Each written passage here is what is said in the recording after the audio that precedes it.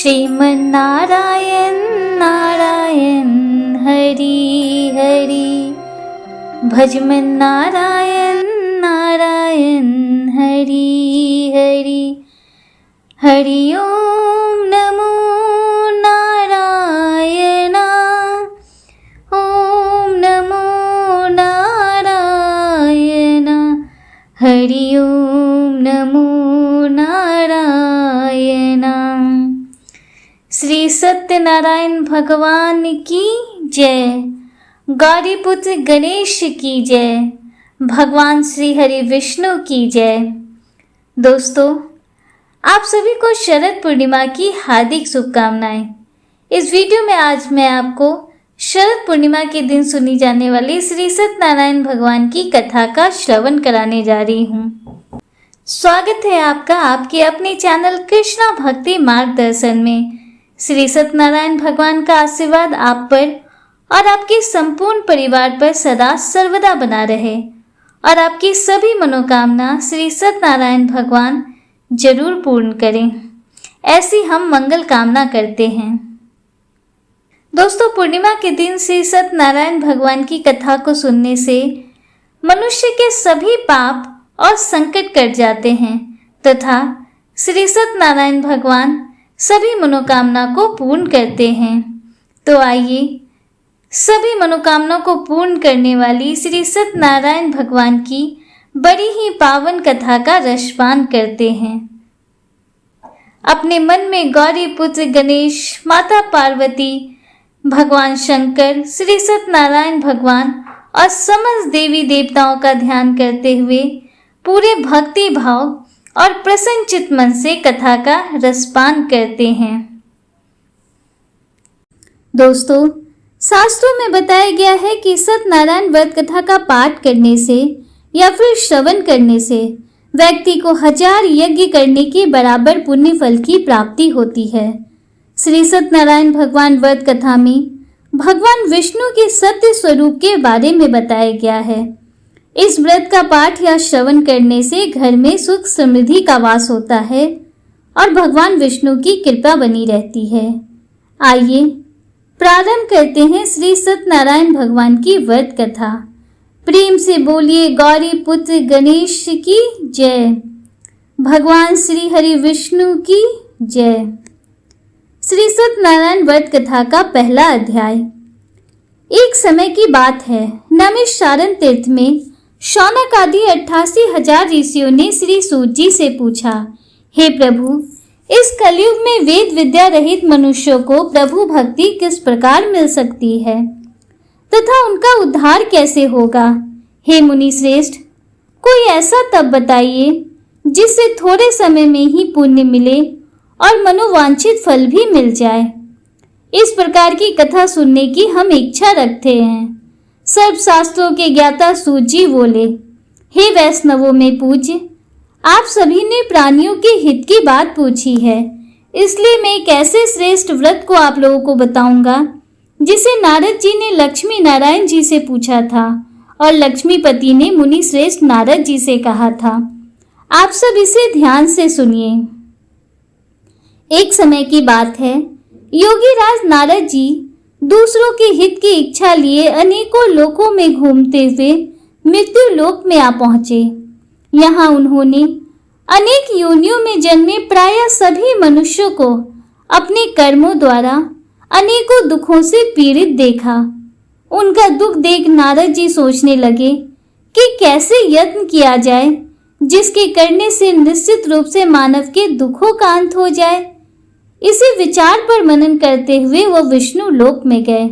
वहां वह देवों के ईश नारायण की स्तुति करने लगे, जिनके हाथों में शंख, चक्र, गदा और पद्म थे, गले में वरमाला पहने हुए थे। स्तुति करते हुए नारद जी बोले, हे भगवान, आप अत्यंत शक्ति से संपन्न हैं, मन तथा वाणी भी आपको नहीं पा सकती है। आपका आदि मध्य तथा अंत नहीं है। निर्गुण स्वरूप सृष्टि के कारण भक्तों के दुखों को दूर करने वाले हैं। आपको मेरा नमस्कार है। नारद जी की स्तुति सुन विष्णु भगवान बोले, हे मुनि श्रेष्ठ, आपके मन में क्या बात है?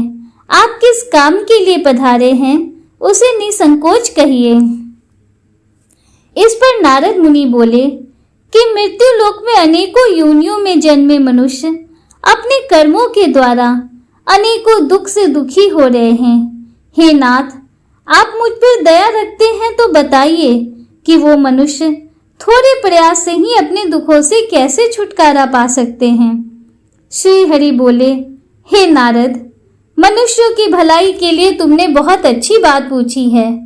जिसके करने से मनुष्य मोह से छूट जाता है, वह बात मैं कहता हूँ, उसे सुनो।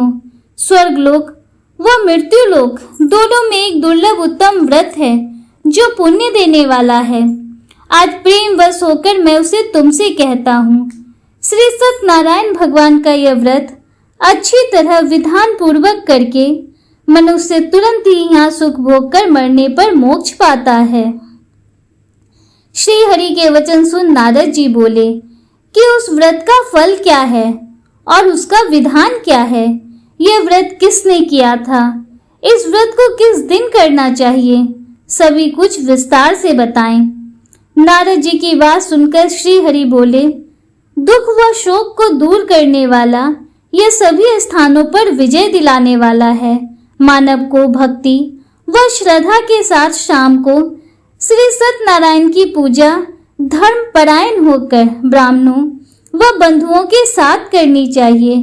भक्ति भाव से ही नैवेद्य, केले का फल, घी, दूध और गेहूं का आटा सवाया ले। गेहूं के स्थान पर साठी का आटा, शक्कर तथा गुड़ लेकर वह सभी भक्षण योग पदार्थों को मिलाकर भगवान को भोग लगाएं। ब्राह्मणों सहित बंधु बांधवों को भी भोजन कराएं। उसके बाद स्वयं भोजन करें। भजन कीर्तन के साथ भगवान की भक्ति में लीन हो जाएं। इस तरह से सत्यनारायण भगवान का यह व्रत करने पर मनुष्य की सारी इच्छाएं निश्चित रूप से पूरी होती हैं। इस कलिकाल अर्थात कलयुग में मृत्यु लोक में मोक्ष का यही एक सरल उपाय बताया गया है। श्री सत्यनारायण व्रत कथा का पहला अध्याय संपूर्ण। बोलिए श्री सत्यनारायण भगवान की जय। श्री सत्यनारायण भगवान की व्रत कथा का दूसरा अध्याय। सूत जी बोले, हे ऋषियों, जिसने पहले समय में इस व्रत को किया था उसका इतिहास कहता हूँ, ध्यान से सुनो। सुंदर काशीपुरी नगरी में एक अत्यंत निर्धन ब्राह्मण रहता था। भूख प्यास से परेशान वह धरती पर घूमता रहता था।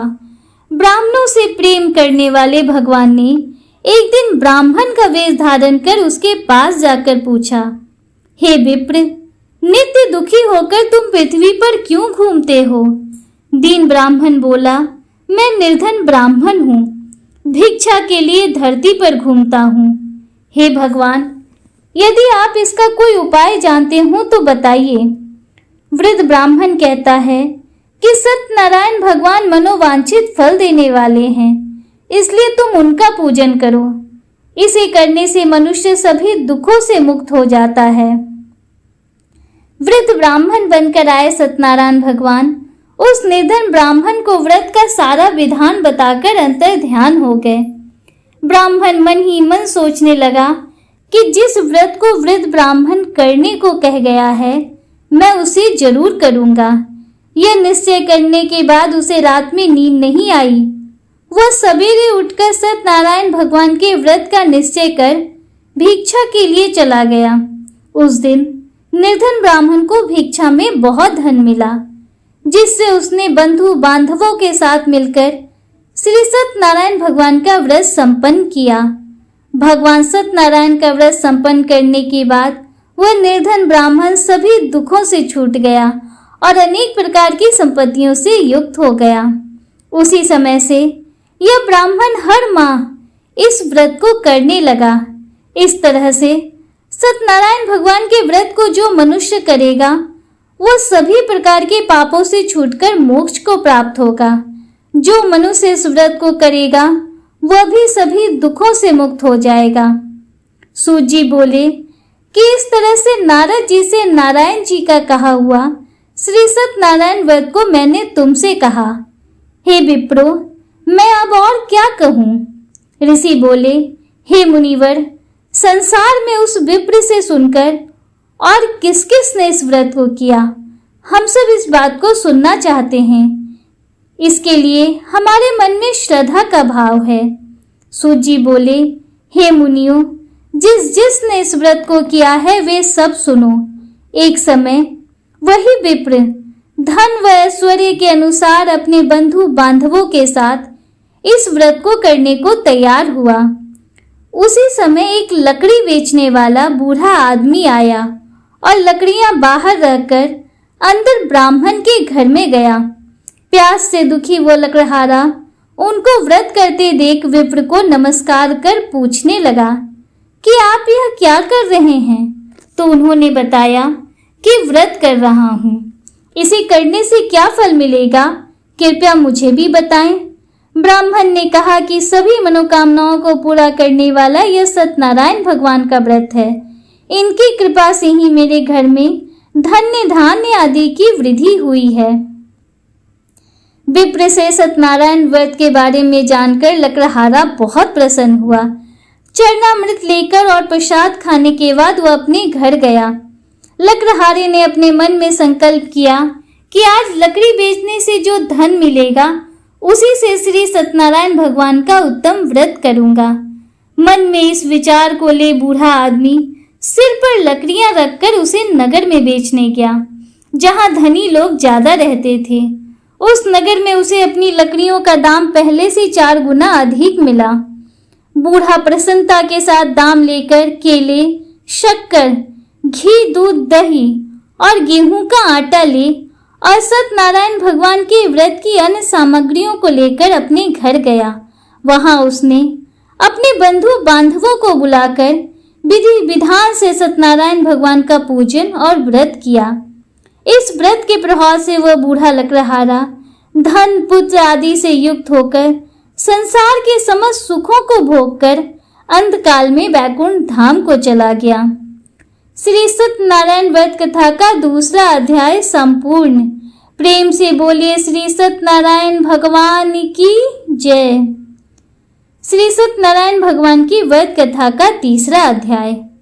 सूत जी बोले, हे श्रेष्ठ मुनियों, अब आगे की कथा कहता हूँ। पहले समय में उल्का मुख नाम का एक बुद्धिमान राजा था। वह सत्य वक्ता और जितेंद्रिय था। प्रतिदिन देव स्थानों पर जाता और निर्धनों को धन देकर उनके कष्टों को दूर करता था। उसकी पत्नी कमल के समान मुख वाली तथा सती साध्वी थी। भद्रशिला नदी के तट पर उन दोनों ने श्री सत्यनारायण भगवान का व्रत किया। उसी समय साधु नाम का एक वैश्य आया। उसके पास व्यापार करने के लिए बहुत सा धन भी था। राजा को व्रत करते देखकर वह विनय के साथ पूछने लगा, हे राजन, भक्ति भाव से पूर्ण होकर आप यह क्या कर रहे हैं? मैं सुनने की इच्छा रखता हूँ, कृपया आप मुझे बताएं। राजा बोला, हे साधु, अपने बंधु बांधवों के साथ पुत्र आदि की प्राप्ति के लिए एक महाशक्तिमान श्री सत्यनारायण भगवान का व्रत व पूजन कर रहा हूँ। राजा के वचन सुन साधु आदर से बोला, हे राजन, मुझे इस व्रत का सारा विधान कहिए। आपके कथनानुसार मैं भी इस व्रत को करूंगा। मेरी भी संतान नहीं है और इस व्रत को करने से निश्चित रूप से मुझे संतान की प्राप्ति होगी। राजा से व्रत का सारा विधान सुन व्यापार से निवृत्त हो वह अपने घर गया। साधु वैश्य ने अपनी पत्नी को संतान देने वाले इस व्रत का वर्णन कह सुनाया और कहा कि जब मेरी संतान होगी तब मैं भी इस व्रत को करूंगा। साधु ने इस तरह के वचन अपनी पत्नी लीलावती से कहे। एक दिन लीलावती पति के साथ आनंदित हो सांसारिक धर्म में प्रवृत्त होकर श्री सत्यनारायण भगवान की कृपा से गर्भवती हो गई। 10वें महीने में उसके गर्भ से एक सुंदर कन्या ने जन्म लिया। दिनों दिन वो ऐसे बढ़ने लगी जैसे कि शुक्ल पक्ष का चंद्रमा बढ़ता है। माता पिता ने अपनी कन्या का नाम कलावती रखा। एक दिन लीलावती ने मीठे शब्दों में अपने पति को याद दिलाया कि आपने सत्यनारायण भगवान के जिस व्रत को करने का संकल्प लिया था उसे करने का समय आ गया है। आप इस व्रत को करिए। साधु बोला, हे प्रिय, इस व्रत को मैं अपनी पुत्री के विवाह पर करूंगा। इस प्रकार अपनी पत्नी को आश्वासन देकर वह नगर को चला गया। कलावती पिता के घर में रहकर वृद्धि को प्राप्त हो गई। साधु ने एक बार नगर में अपनी कन्या को सखियों के साथ देखा तो तुरंत ही दूत को बुलाया और कहा कि मेरी कन्या के योग्य वर देख कर आओ। साधु की बात सुनकर दूत कंचन नगर में पहुंचा और वहां देखभाल कर लकड़ी के सुयोग वनिक पुत्र ले आया। सुयोग लड़की को देखकर साधु ने बंधु बांधवों को बुलाकर अपनी पुत्री का विवाह कर दिया। लेकिन दुर्भाग्य की बात कि साधु ने अभी भी श्री सत्यनारायण भगवान का व्रत नहीं किया। इस पर श्री भगवान क्रोधित हो गए और श्राप दिया कि साधु को अत्यधिक दुख मिले। अपने कार्य में कुशल साधु बनिया जमाई को लेकर समुद्र के पास स्थित होकर रत्नासारपुर नगर में गया। वहां जाकर दामाद ससुर दोनों मिलकर चंद्रकेतु राजा के नगर में व्यापार करने लगे। एक दिन भगवान सत्यनारायण की माया से एक चोर राजा का धन चुराकर भाग रहा था।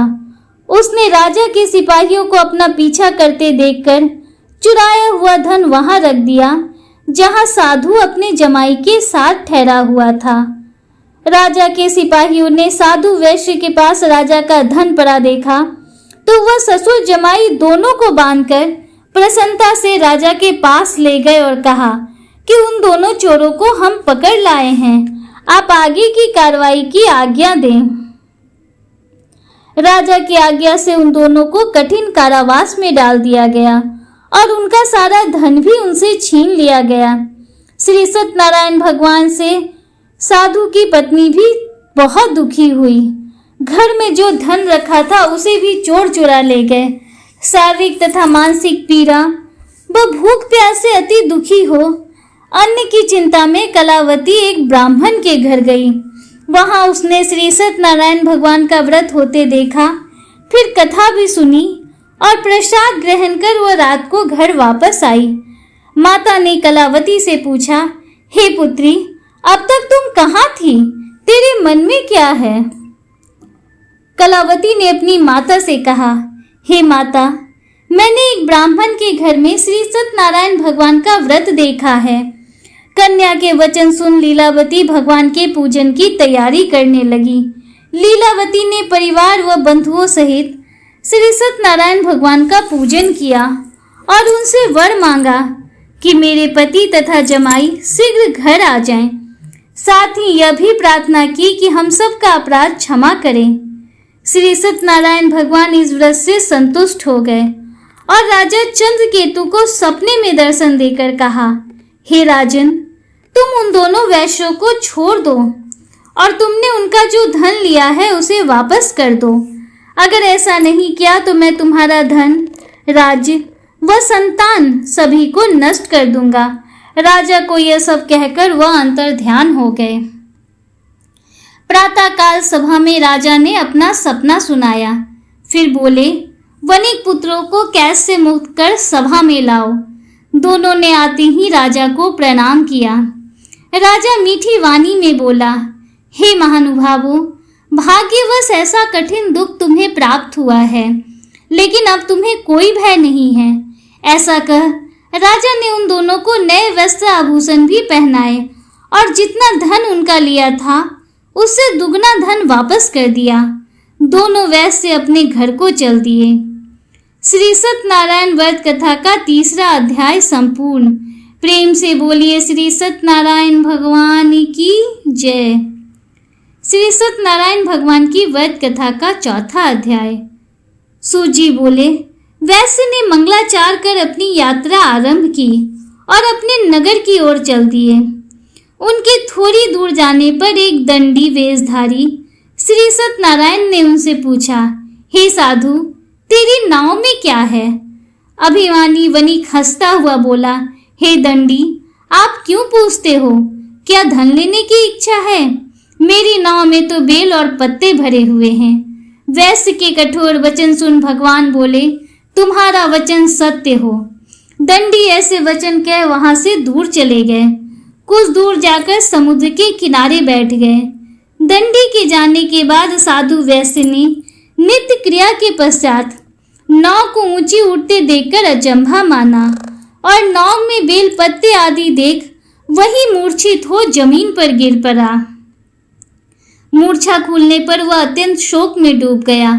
तब उसका दामाद बोला, आप शोक न मनाएं, यह दंडी का श्राप है, इसलिए हमें उनकी शरण में जाना चाहिए, तभी हमारी मनोकामना पूर्ण होगी। दामाद की बात सुनकर वह दंडी के पास पहुंचा और अत्यंत भक्ति भाव से नमस्कार करके बोला, मैंने आपसे जो जो असत्य वचन कहे थे उसके लिए मुझे क्षमा कर दें। ऐसा कहकर महान शोकातुर होकर रोने लगा। तब दंडी भगवान बोले, हे वणिक पुत्र, मेरी आज्ञा से बार बार तुम्हें दुख प्राप्त हुआ है, तू मेरी पूजा से विमुख हुआ।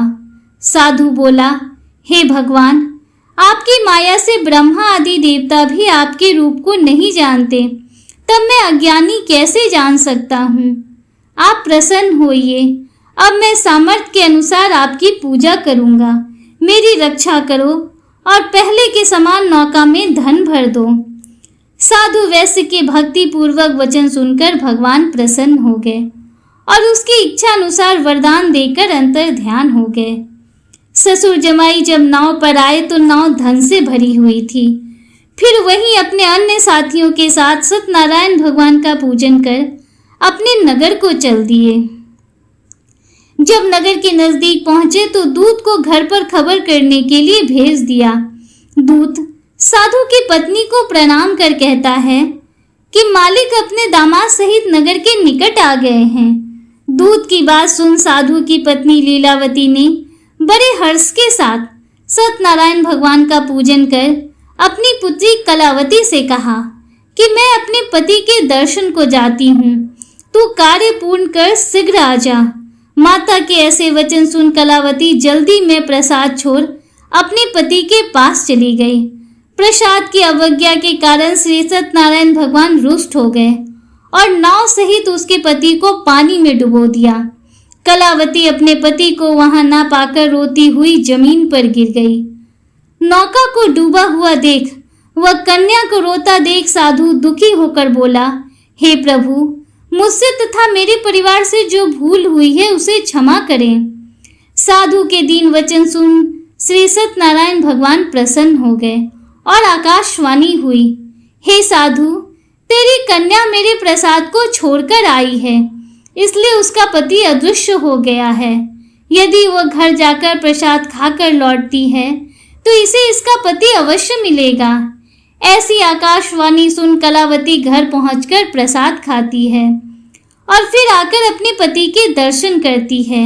उसके बाद साधु अपने बंधु बांधवों सहित श्री सत्यनारायण भगवान का विधि विधान से पूजन करता है। इस लोक में सुख भोग कर वह अंत में स्वर्ग को जाता है। श्री सत्यनारायण व्रत कथा का चौथा अध्याय संपूर्ण। बोलिए श्री सत्यनारायण भगवान की जय। श्री सत्यनारायण भगवान व्रत कथा का 5वां अध्याय। सूत जी बोले, हे ऋषियों, मैं और भी एक कथा सुनाता हूँ, उसे भी ध्यान पूर्वक सुनो। प्रजा पालन में लीन तुंगध्वज नाम का एक राजा था। उसने भी भगवान का प्रसाद त्याग कर बहुत ही दुख प्राप्त किया। एक बार वन में जाकर वन्य पशुओं को मारकर वह बड़ के पेड़ के नीचे आया। वहां उसने ग्वालों को भक्ति भाव से अपने बंधुओं सहित सत्यनारायण भगवान का पूजन करते देखा। अभिमानवश राजा ने उन्हें देखकर भी पूजा स्थान में जाने की चेष्टा नहीं की और न ही उसने भगवान को नमस्कार किया। ग्वालों ने राजा को प्रसाद दिया, लेकिन उसने वह प्रसाद भी नहीं खाया और प्रसाद को वहीं छोड़कर अपने नगर को चला आया। जब वो नगर में पहुंचा तो वहां सब कुछ तहस नहस हुआ पाया। वह शीघ्र ही समझ गया कि यह सब भगवान ने ही किया है। वह दोबारा ग्वालों के पास पहुंचा और विधि पूर्वक पूजा करके प्रसाद खाया तो श्री सत्यनारायण भगवान की कृपा से सब कुछ पहले जैसा हो गया। दीर्घ काल तक सुख भोगने के बाद मरणोपरांत उसे स्वर्ग लोक की प्राप्ति हुई। जो मनुष्य परम दुर्लभ इस व्रत को करेगा तो भगवान सत्यनारायण की अनुकंपा से उसे धन्य धान की प्राप्ति होगी। निर्धन धनी हो जाता है और भय मुक्त हो जीवन जीता है। संतानहीन मनुष्य को संतान सुख मिलता है और सारे मनोरथ पूर्ण होने पर मानव अंत काल में बैकुंठ धाम को जाता है। सूत जी बोले, जिन्होंने पहले इस व्रत को किया है, अब उनके दूसरे जन्म की कथा कहता हूँ। वृद्ध सतानंद ब्राह्मण ने सुदामा का जन्म लेकर मोक्ष की प्राप्ति की। लकड़हारे ने अगले जन्म में निषाद बनकर मोक्ष प्राप्त किया। उल्का मुख नाम का राजा दशरथ होकर बैकुंठ को गए। साधु नाम के वैश्य ने मोर ध्वज बनकर अपने पुत्र को आरे से चीरकर मोक्ष पाया। महाराज तुंग ध्वज ने स्वयंभू होकर भगवान में भक्ति युक्त होकर कर्म कर मोक्ष पाया। श्री सत्यनारायण व्रत कथा का 5वां अध्याय संपूर्ण। प्रेम से बोलिए श्री सत्यनारायण भगवान की जय। श्री सत्यनारायण भगवान की व्रत कथा संपूर्ण। प्रेम से बोलिए भगवान श्री हरि विष्णु की जय। गौरी पुत्र गणेश की जय। दोस्तों, उम्मीद करती हूँ कि श्री सत्यनारायण भगवान की यह व्रत कथा आपको पसंद आई होगी और वीडियो आपको अच्छा लगा होगा। अगर वीडियो आपको अच्छा लगा है तो वीडियो को लाइक कीजिए, दूसरों के साथ शेयर कीजिए, कमेंट में हर हर महादेव, जय श्री राधे कृष्णा जरूर लिखिए। अगर आप हमारे चैनल पर पहली बार आए हैं तो चैनल को सब्सक्राइब कीजिए, बेल आइकन जरूर प्रेस कीजिए, जिससे आगे भी आपको ऐसी ही रोचक जानकारियाँ मिलती रहें। मिलते हैं आपसे अगले वीडियो में, तब तक के लिए हर हर महादेव, जय श्री राधे कृष्णा, राधे राधे।